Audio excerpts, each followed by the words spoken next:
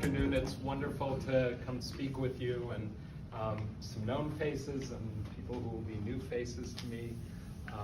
Thank you for having me here today.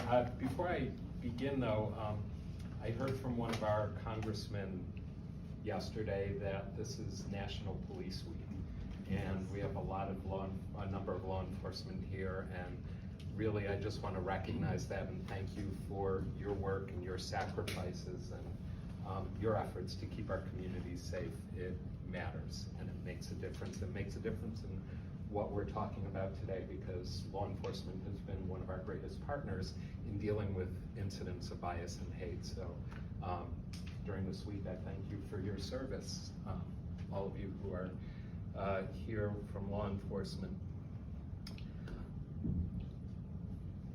I'm here, let me introduce, I am the New Jersey Regional Director for American Jewish Committee, and one of the areas we deal with significantly is hate crimes in general. We've done a lot of advocacy on hate crimes in general and anti-Semitism specifically. And so I'm going to be speaking today mostly about anti-Semitism specifically, but one of the things I like to tell community groups is that in many ways anti-Semitism is also a template for hate, because where you find anti-Semitism, you tend to find other forms of hate. Those who begin trafficking in anti-Semitism often traffic in other forms of hate. The best example I can give you is what happened in Charlottesville. Charlottesville, if you remember, they came marching, a group of white supremacists came marching because a Civil War statue was going to be taken down. And they came marching because out of racist hate, out of their hate for the black community, and yet when they were marching, they were spewing anti-Semitic canards. Jews will not replace us. Blood and soil. The words were anti-Semitism, covering up, that's kind of their core hate that extends to hate, to racism and other hatred. So I think it's, when we look at anti-Semitism, it's, I'm from a Jewish organization, obviously this is the bias that cuts deepest for us, and yet it does relate to many of the hates that we deal with. The other thing I wanted to share with you is I recently had the honor of speaking to the Juvenile Officers Association for Hunterdon County, and in listening to one of the professionals who was at that meeting and started speaking about what we've been seeing, what we just heard about what we've been seeing with the rise in violence among young people that seems to be bias-based. Part of my background, part of my training was training with Dr. Abraham Twersky in addiction counseling. And I started hearing some of the same things I heard in addiction counseling from what that professional was saying, and I had this kind of revelation that for some of our youth, hate is the new drug of choice. The same youth who often go to drugs because they have an empty place in their spirit and their soul. They have an empty space they're trying to fill. The same youth who were filling it with drugs are now often filling it with hate. It gives them a sense of belonging to something malign as it is. It gives them the ability to blame their emptiness or their issues on something else. So that's why connecting with One Voice meant so much in this area, because much of what One Voice does relates to what we need to do for our youth when it comes to hate and bias. So I want to take you through a bit of a presentation, first on anti-Semitism, and then I want to talk about what we as a community can do and where we can go with this. So just a few statistics, a few sobering statistics, if you will. Most people don't realize this, but according to the FBI, of religious-based bias crimes, 60%, nearly 60%, are against Jews. So stop for a minute and think about that. Of all the religious-based bias crimes, 60% are aimed at Jews, and that's been true the last number of years. Anybody have an idea what the next target among religious groups is? Muslims. Okay, somebody said Muslims. Yes. Do you know what percentage? 4%. So that'll give you a sense of why people in the Jewish community are worried, why they're scared. It's a huge difference. 82% of American Jews, according to our study, we've been studying the attitudes of American Jews and the general American public towards anti-Semitism over the last 4 years. And as you'll see here, 82% of American Jews polled say that anti-Semitism has increased. The problem is, in the general public, only 44% of the general public think that anti-Semitism has increased. There's a big gap in understanding. There's a gap in understanding why the Jewish community that make up about 2% of the population are worried because we're targets of 60% of religious-based bias crime. And that fear is impacting the lives of Jewish members in your community. 40%, we found 40% of American Jews have changed their behavior over the last 12 months because of fear. Now, what do we mean by change their behavior? Some are not going places where they feel they'll be unsafe because they're Jewish. One of the saddest things for me, and I think for my colleagues as rabbis, is for some people that means staying away from synagogues sometimes because they're worried that the synagogue might be a target. This was especially true last May when there was an upswing of violence in the Middle East. People did report staying away from a synagogue because they were scared to go pray. Now, I will tell you, life post-COVID, post-pandemic, we're not really post-pandemic, life during the pandemic is a little different because many of them just opted to then pray via Zoom, but you lose community. We found that a quarter of American Jews report that they don't wear things that identify them as Jews in certain places and certain times. So that's another way that they're feared. So you will have a Jewish young adult who has maybe a Star of David necklace, and instead of wearing it out, she's wearing it under her blouse.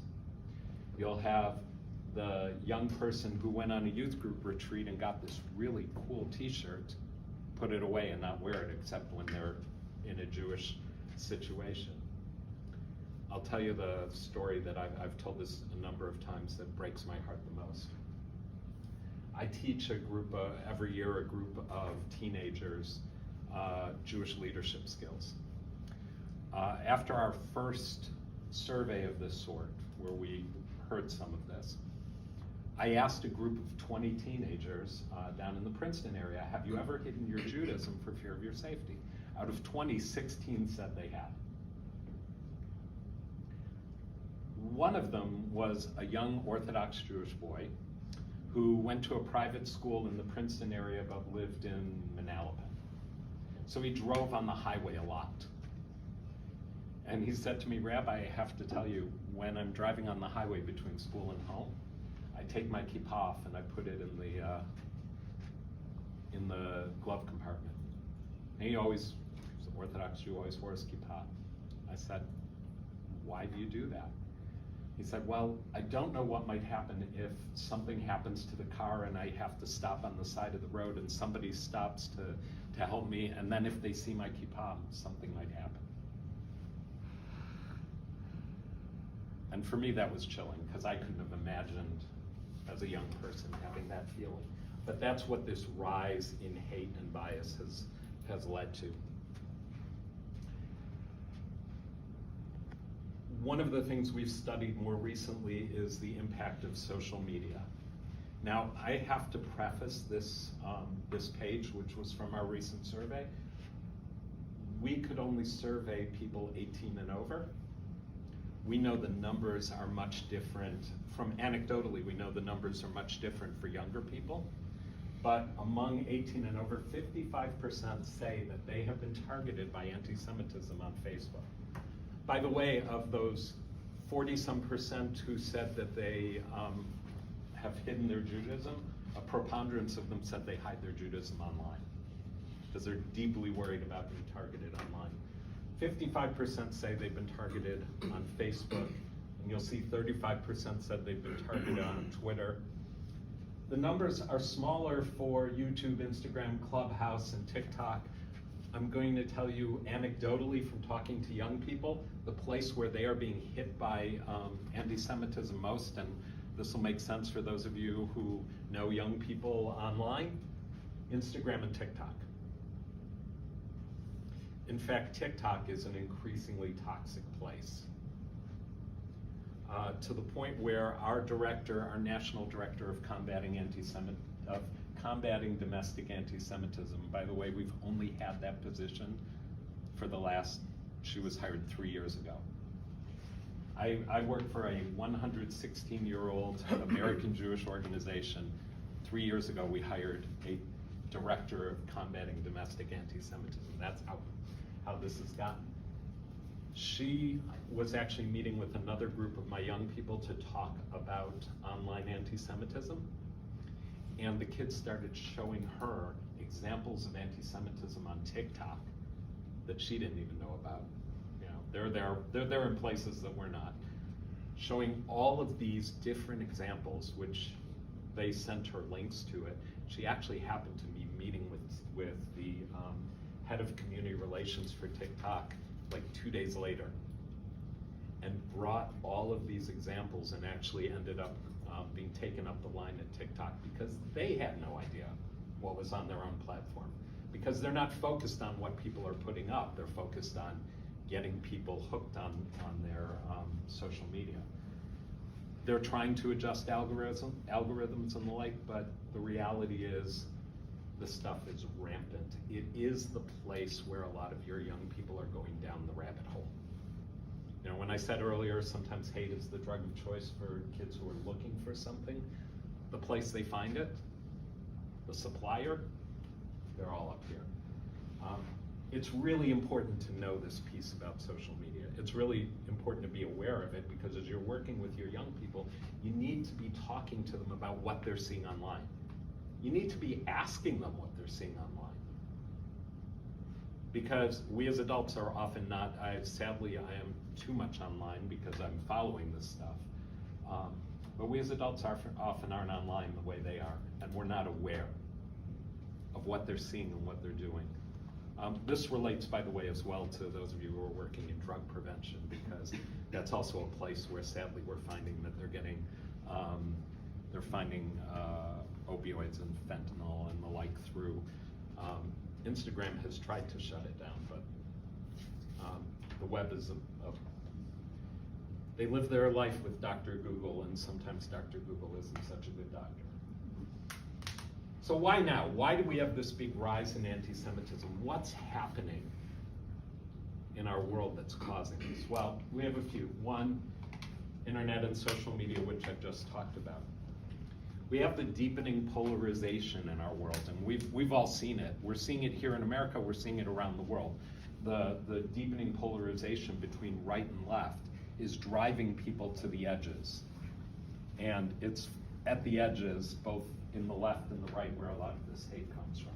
In fact, when we look at anti-Semitism, by the way, where we're finding it is we are finding it coming from the right, from the far right, we're finding it coming from the far left, and we're finding it coming from those who purport to speak in the name of certain religions. And that's really important to realize. There's a rise in conspiracy theories here. I'm telling you nothing new. We've all been through the QAnon thing. Conspiracy theories are rife in our world. They have risen, and one of the greatest conspiracy theories in the world is anti-Semitism. At its heart, a conspiracy theory that somehow the Jews are in control, or the Jews are the reason that the world is wrong, or we'll go through some of that. There's sadly, in our world, a fading confidence in government and in governmental entities. Again, I'm telling you things you've seen, but these are the things that are creating a rising hate and bias in our world in general, and anti-Semitism specifically. People are less confident in what government can do, and less, sadly, in liberal democracy. There's a mainstreaming of extremism. Some of these, again, relate back to, each relates to the other, but we've seen this in our world, that what 10 years ago people wouldn't have even said, Pandora's box got opened. There's not the same, we don't have the same social strictures that keep, where someone would say, oh, I can't say that, people would be aghast. Now people say, I can say anything I want. One thing unique to anti-Semitism is the retreating of the Holocaust into distant memory. I'm the son of a Holocaust survivor. My dad passed away 5 years ago. He was at the younger end of the survivors.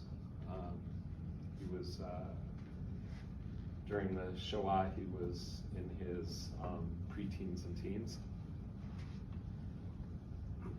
We're getting to the point where the only survivors left are children who, though they survived, don't have strong memories that they can share. They can share what their parents told them.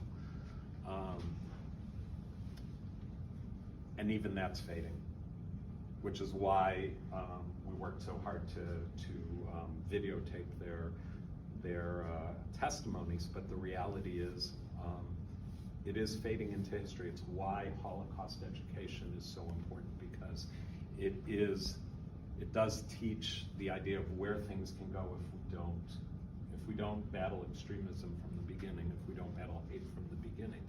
It tells us where it can go, and as it fades into distant memory, people start doing things that, again, 10 years ago we would have said inappropriate, not part of society. There's an increased emphasis in our country on race and identity politics, and again, that's part of that, separating ourselves into camps, into tribes, and that has helped. And obviously a weaponization of the Israel-Palestinian conflict. We saw this most recently this past May when there were rocket attacks on Israel and Israel responding to them, and that created a space for anti-Israel rhetoric that became not just criticism of Israel, because you can validly criticize any country, but morphed into anti-Semitism, which isn't valid. And finally, this pandemic caused a radical increase in all forms of bias, but anti-Semitism chief among them, where we went to old anti-Semitic canards from ancient history, where in medieval times Jews were blamed for the Black Death, and we saw the exact same canards coming out about Jews being blamed for COVID, it being part of some sort of Jewish conspiracy, even twisting the fact that in Israel was becoming a testing ground for vaccines and cures, and people twisted that around saying, oh, see, they created it so they could do this. We saw stuff like the head of Pfizer is Jewish, therefore, QED. These were the kinds of things we saw from that. So this is where this rise is coming from. So what is anti-Semitism?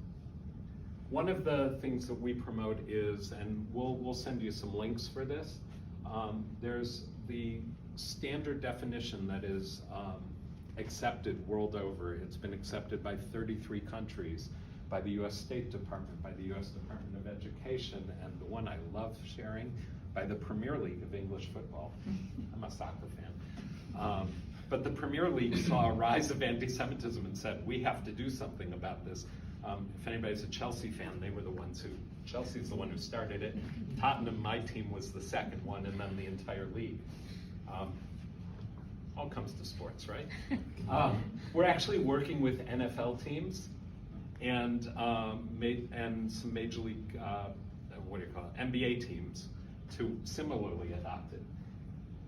It's a definition that was, we're kind of proud of at AJC because two of the prime architects of it were from our organization, but it was created by a world body. The definition itself is really simple. It's this simple sentence of anti-Semitism is a certain perception of Jews which may be expressed as hatred towards Jews. Rhetorical and physical manifestations of anti-Semitism are directed towards Jewish or non-Jewish individuals, because sometimes it's non-Jewish individuals that people perceive are Jewish. And then it's anti-Semitism because they're attacking them because they think they're Jews. And or their property towards Jewish community institutions and religious facilities. That's simple. What's powerful about this definition are the 3 pages of examples that follow. So when you get the link, you can look through all the examples. I'll talk about them in brief, because I don't want to get into the weeds with it. But the examples are what prove the point. They help us define why do we, Clinton adopted the IHRA definition. We were so proud of that. Mirakovich was amazing in adopting that. The New Jersey State League of Municipalities adopted the IHRA definition. They represent all the municipalities in New Jersey who are working on this, a statewide adoption. Why? Because when something happens and you're not sure whether it was, is this really anti-Semitism or isn't it? Those 3 pages of examples help you figure it out. But the other thing that anti-Semitism is, and I talked about this earlier, it's a conspiracy theory. And that's one of the things you'll see. And in this world of QAnon and other conspiracy theories, this is one of the dangerous parts of the rise of anti-Semitism. It's a conspiracy theory that Jews who are inherently evil and powerful are exploiting humanity for their own gains. These theories falsely suggest that nothing happens by accident, there are no coincidences, nothing is as it appears, everything is connected, and a certain people or group need to be scapegoated for everything that happens. And in the case of anti-Semitism, it's Jews. So when you see things about Jews controlling the world, they don't always say it outward like that. I'll tell you the one that we hear a lot lately online, the Rothschilds. Everything's being blamed on the Rothschilds. That is a code word for Jews controlling everything. George Soros has become a code word for Jews controlling things. There are a lot of these conspiracy theories out there. I'm gonna give you a link to something called Translate Hate. It's a document, it's actually a website now, a glossary that we came out with. We're really proud of it. It's a glossary of online memes and terms related to anti-Semitism. Helps you identify, if you see something online, if you hear something, you're not quite sure it's anti-Semitism. If it is, it's probably in Translate Hate, and you'll find the reference to it.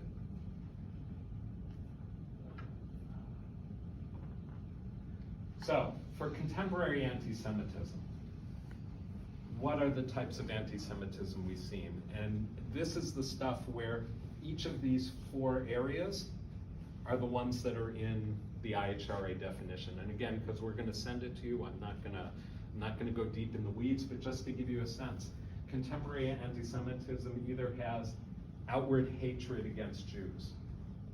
One example of that, everybody remember, well, we mourn the shootings that happened in Jersey City at the kosher supermarket. That came out of just an outward hatred of Jews because the perpetrators came from a black Hebrew sect is what they call them. They call themselves, where they say they're the real Jews. Those who call themselves Jews are just, they're not the real Jews, they're fake, and they need to be eliminated. And that came from just pure hatred that grew out of that. Stereotypes and scapegoating, that's that idea of blaming the Jews for controlling everything. Holocaust denial, Holocaust comparisons. During the pandemic, we saw people using yellow stars to protest vaccines or mandates. That was, in its own way, a form of anti-Semitism because it was denial of the or diminishment of the Holocaust by using a symbol of the Holocaust for something that has nothing to do with the Holocaust or genocide. But I'll give you, if you see this one over here, the real plague with the rat with the Jewish star, that was from that one was from a protest where the other signs in Michigan against the governor, where the other signs showed the governor with a Hitler-type mustache and calling her the new Hitler. We don't realize that those things, that increases anti-Semitism as well. It's inappropriate, but it also comes to anti-Semitism. And then the inappropriately invoking Israel. This is where Jews get blamed for something happening in the Middle East. They have no control over it. It's not appropriate criticism of the actions of another country. I'll give you my best example with young people. We had young people last year who in high school, and this happened in a number of high schools, were being called baby killers and being told they had blood on their hands because of what was happening between Israel and the Palestinians. That's anti-Semitism. And incredibly disturbing for the young people who are so targeted. This is just, I wanted to give you a page from our Translate Hate so you can see the kind of thing that you'll be able to see in Translate Hate. This is one of the anti-Semitic ideas, dual loyalty, where Jews are being told you can't really be loyal to our country because you're loyal to something else, be it the Jewish people or Israel. This one is actually from a Nazi publication. It's actually from 1919. It's not Nazi, it's pre-Nazi, but showing that Jews had dual loyalty during the war. This one is actually a flyer that was found in New Jersey in 2018. It's not that long ago. And this was put on cars all over New Jersey from a group that called themselves the Daily Stormer, probably from Der Stürmer, which was a Nazi newspaper, saying back to Israel Jews. Again, dual loyalty. But mainly, when you're looking up things in Translate Hate, you'll see things like this. Oops, it's already run up.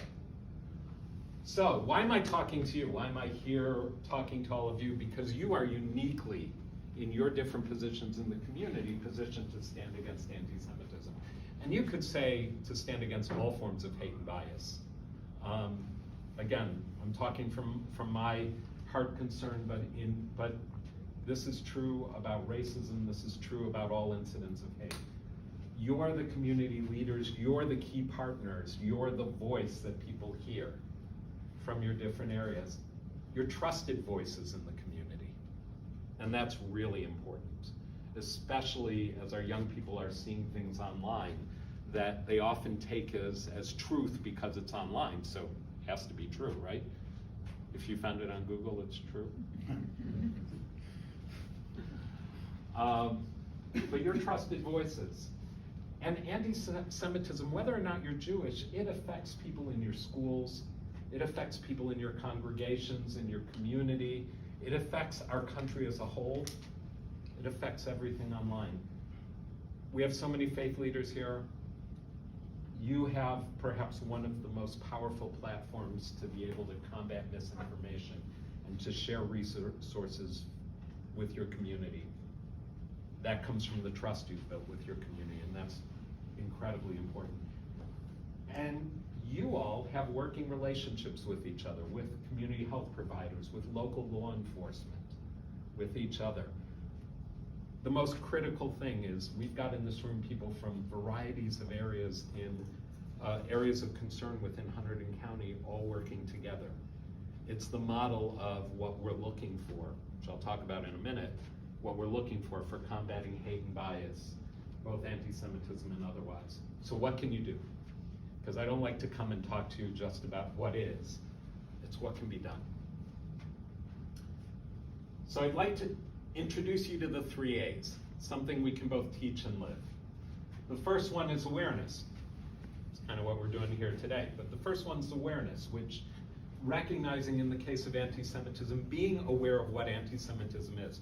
You can't combat it, you can't fight it if you don't know what it is when you see it. So being aware of what it is. Reading through the IHRA definition so you have an idea of what those things are. And again, we'll link you to that. Reading through Translate Hate. Actually, after I did a presentation to the prosecutor's office here, I forgot one of your, I forgot her name, one of your staff. Is my first assistant? Yeah, Stacy, thank you. So many names in my head. Stacy actually was in touch with me afterwards because she read it cover to cover and said, you know, you'll see things in there that you'll be like, who knew? And all of a sudden, it gives you a different way of looking at things and being able to see things. So the first of the 3 A's is awareness. Just do the learning to be aware. And that's probably true of every form of bias and hate, but especially anti-Semitism because it's pernicious and it is often hidden under the surface. And if you're not really, we're often hyper aware of other forms of bias because we see them a lot, they're in the news. We're often not aware of some of the ones that go with anti-Semitism, so it's awareness and being able to share that awareness. Allyship, or upstanding as we often call it. You all can be part of creating a community of upstanders, of people who, when they see or hear behaviors that promote hate, intervene on behalf of the persons being targeted before, during, or after a situation. Being an upstander doesn't mean, somebody's attacking someone, I'm gonna put myself in an unsafe position by getting in the middle of it. Being an upstander means knowing all of your community connections and using them as allies on behalf of those who are being targeted. It means that when you see something, you say something. It means that when there's a potential that you see a young person going down the rabbit hole, you don't just sit back and say, well, let's see what happens. Or, oh, he's just a kid, he's just, you know, it's not that big a deal. Not when you have the amazing resources that you have, both in terms of law enforcement and mental health. We love to see the upstanding happening before. We love our young people to be trained as allies, as upstanders, so when they see something happening, to the extent that they safely can, they actually intervene, whether that intervention is calling out what's happening or going and getting someone who can. And certainly after a situation, we want young people to be allies with their friends who've been targeted by hate and bias, to stand by them, to not let them feel alone and hurting. Young people who are alone and hurting get into dangerous situations. And as people who care about young people, we don't want them to feel alone and hurting. I want to share with you really quickly just some pieces of a case study. I'm not going to share with you the whole thing because I have this long 4-page case study on this person. But I want to give you some pieces so you can understand what the difference can be.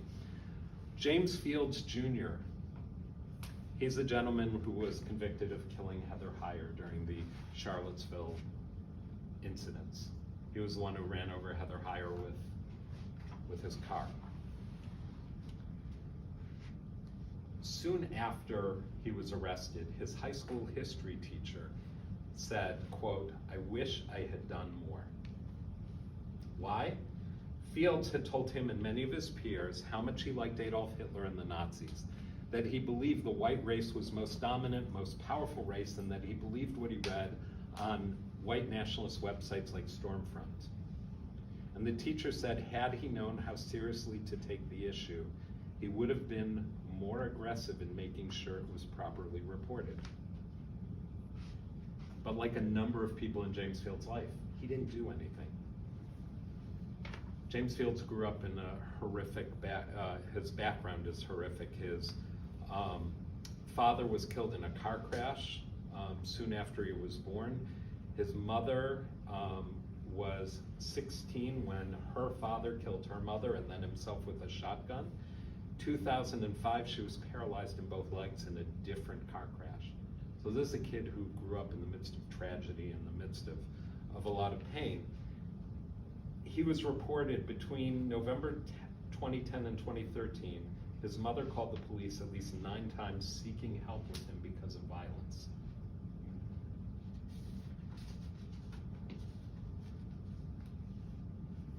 Not much was done.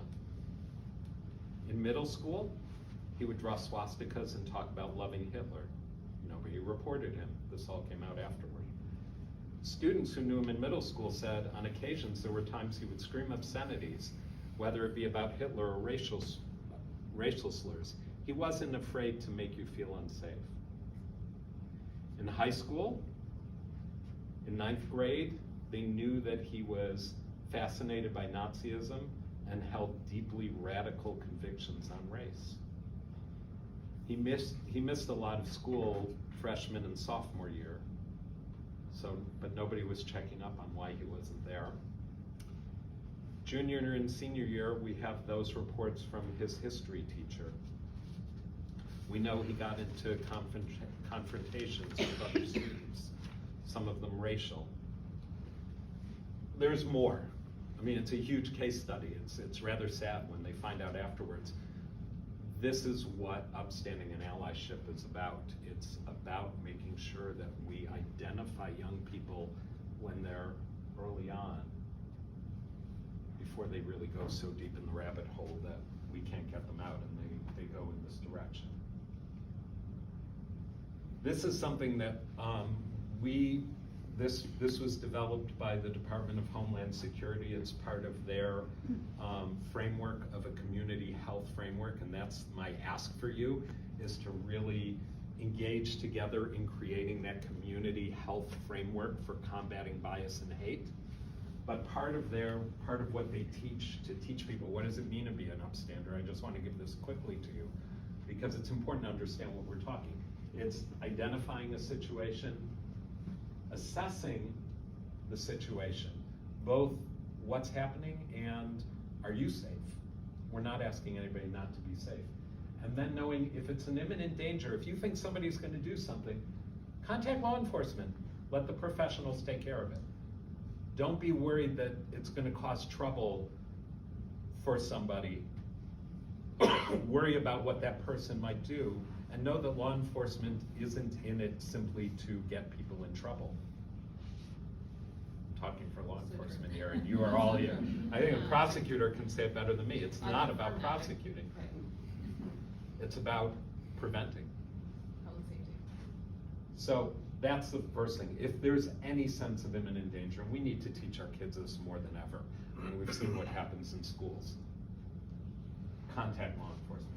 If there's a possible concern, you're not sure. If it's somebody, we teach people, if it's somebody that you feel you can engage with, provide support with, connect with, get them connected to the right people, do that. But if it's something where you say, I'm possibly concerned, I don't know what to do, refer. That's why we have all of the professionals we have, whether it's in young law enforcement, in public health, in intervention, in the congregations. Often having your faith leader be the one who reaches out to a young person can make all the difference. We know that from a lot of the case studies of people who don't go down the rabbit hole, that it was their rabbi or their minister or their priest or their imam who reached out and said, what's going on? And then this is the one that people often sit back. Well, I'm not certain about it, so I don't want to do anything. If you're uncertain as a professional, if we have a young person who's uncertain, what we want them to do is know who to consult. And that's part of that community health model, right? There are people to consult. So you'll notice, the reason I wanted to share this map with you is you'll notice there's no part in here that says do nothing. There is no do nothing. Now I'm sounding like Yoda. Even in the most uncertain situation, consult with somebody. There are so many great professionals sitting in this room from different fields. Consult. Then the last one, action. Do something that will make a difference going forward. And the action I want to bring to you today is take part in something that you already have here, even if you don't have it formally. You already have here a local prevention network. And in some ways it's formal because you're all sitting in this room together.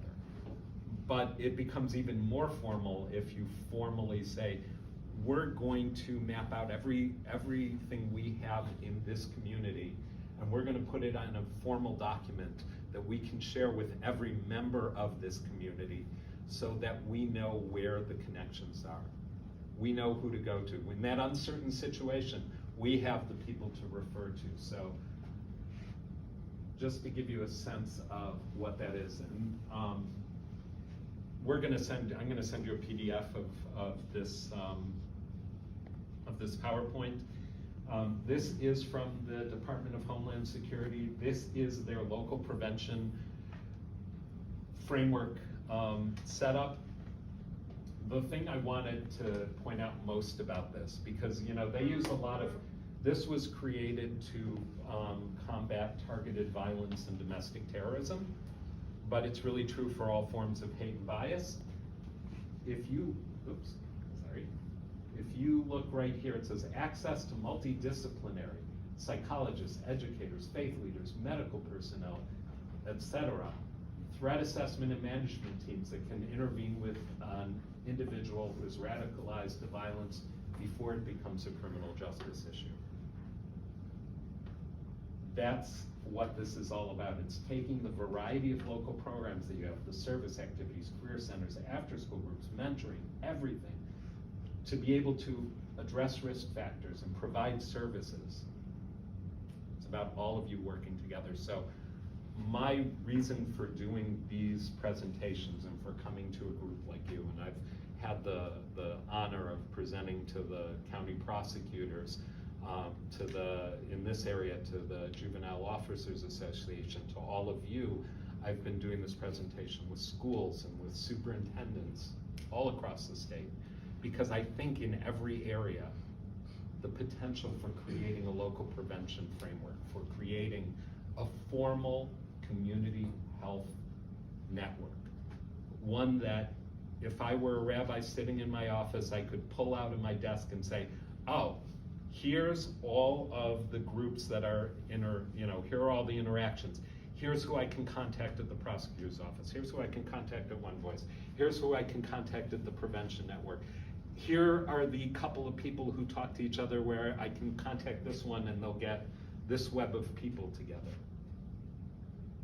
It's the kind of thing that all of us would love to have and we need to have just to pull out. Here's the person I can contact just to say, I'm worried about this person. Let me talk to you about him or her. And then let's see what we do. Or where do we go? Or who should I talk to? So it's when I talked a while ago about coming and speaking to all of you, Michael Rocco actually said to me, he said, well, you gotta come with an ask. I always come with an ask, but he said, you gotta come with an ask. That's my ask. Hunterdon County is as close as you could get right now to a model of having a formal community health prevention network. We've had people from Hunterdon County be part of our tackle training that trains people in creating these networks. And what was interesting, and I've taught 3 of them now, and they're from people from all over the country. I do it in partnership with DHS. And the people from Hunterdon County are the ones who are saying, oh, well, we have this, and we have this, and we do this, and I talk to this one, and I think it's really cool. The prosecutor's office is connected to all of these other people. That doesn't happen everywhere. It's something to be proud of here. It's a model here. So I guess my ask is take this model and take it up even one step higher. Make it really formal. I know Ray Bisagno from DHS, who works on the CP3, which is the group in charge of doing this, would be glad to come and work with you on it. But to have Hunterdon County, New Jersey be the model for the rest of the country would be phenomenal, and you already have all the pieces. And I think that's what's so amazing, and something I really honor all of you for having created all the pieces. Now it's just making them formal and making them tie together. So I'll send you all of these, and the PDF will have links to our anti-Semitism resource page, to our latest survey, to our Translate Hate Glossary, to our working definition of anti-Semitism. So you'll have all those things. You'll have my contact information. I am always glad to help. I'm always glad to be available. Thank you for listening to me. If anybody has questions or anything, I'm glad to take them.